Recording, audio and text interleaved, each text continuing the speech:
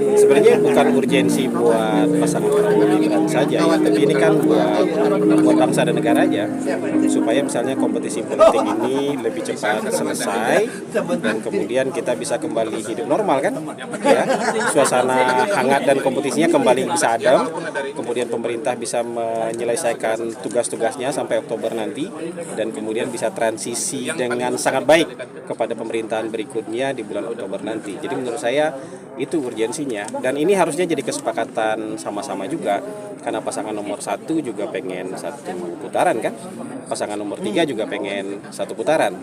Yang anehnya adalah kita sih nggak apa-apa mereka pengen satu putaran, tapi kayaknya mereka nggak pengen kalau kita yang menang satu putaran gitu. Bedanya di situ aja. Tapi kalau menurut kami sih memang buat bangsa dan negara jauh lebih baik ini kalau satu putaran. Jadi suasana panas-panas ini nggak berlangsung terlalu lama, cukup sampai Februari aja, dan setelah itu kita kembali menjalani hidup normal.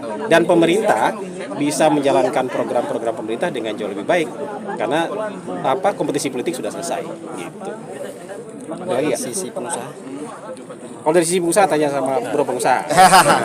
Ya tentunya kita ingin secara efektif dan efisien, apalagi ada penghematan anggaran, tapi yang terpenting tadi hal yang sudah disusun oleh pemerintahan Pak Jokowi bisa segera dilanjutkan. Tadi ini harapan kami, dan tentunya juga secara langsung tadi yang kita harapkan tantangan ke depan kan semakin berat ya.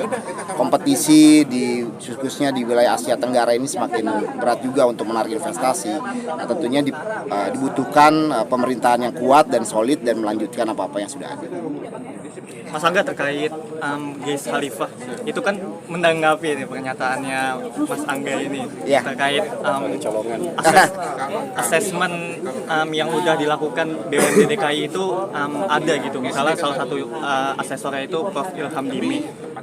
Itu satu. Yang kedua itu Gez Khalifah juga menyampaikan gitu bahwa kalau misalnya yang pakai ordal itu Anda gitu Mas, di dalam BUMN itu jadi pada pakai ordal, terus jangan bawa-bawa kelompoknya Anies. Itu tanggapannya gimana? Ya saya rasa bisa dicek aja track recordnya Gez Khalifah secara profesional seperti apa, sehingga beliau bisa masuk BUMD kan, apakah layak atau tidak track record beliau.